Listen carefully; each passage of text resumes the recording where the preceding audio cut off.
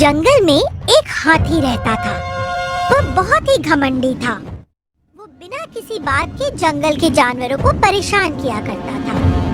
जंगल के सभी जानवर उससे परेशान रहते थे। वह इतना बलवान था कि उस जंगल का शेर भी उससे डरता था। एक दिन हाथी ने एक तोते को पेड़ पर बैठे देखा। उसके दिमाग में एक बात आई कि अब चिड़ियों और छोटे जानवरों को भी परेशान करना चाहिए। जिस पेड़ पर तोता बैठा था, हाथी ने उसे जोर जोर से हिलाना शुरू कर दिया। तोता डरकर उस पेड़ से उड़ गया। हाथी ने जब तोते को डरकर उड़ते देखा तो वह जोर जोर से हंसने लगा।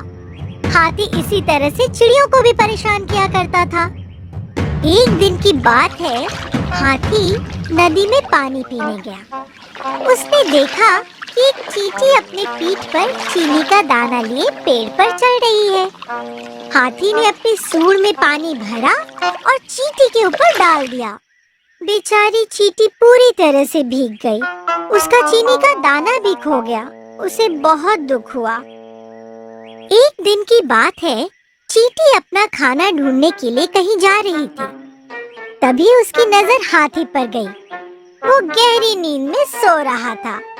हाथी को सबक सिखाने के लिए चींटी धीरे धीरे हाथी के सूंड में घुस गई और जोर जोर से काटने लगी। हाथी की नींद खुल गई। वह परेशान हो गया।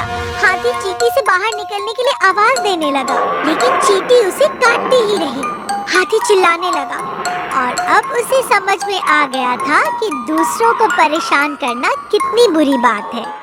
कुछ देर बाद चींटी हाथी के सूंड से बाहर निकल गई। चींटी जब बाहर आई तब हाथी को आराम हुआ। वह चींटी से माफी मांगने लगा। चींटी ने कहा, दूसरों को परेशान करने में तुम्हें बहुत मजा आता है ना? देखा, इसीलिए आज के बाद कभी किसी को परेशान मत करना। हाथी को भी अपनी गलती का एहसास हो गया था। उसने कहा, हाँ, मुझे माफ कर दो। आज के बाद मैं किसी को परेशान नहीं करूँगा। उसके बाद हाथी ने कभी किसी को परेशान नहीं किया।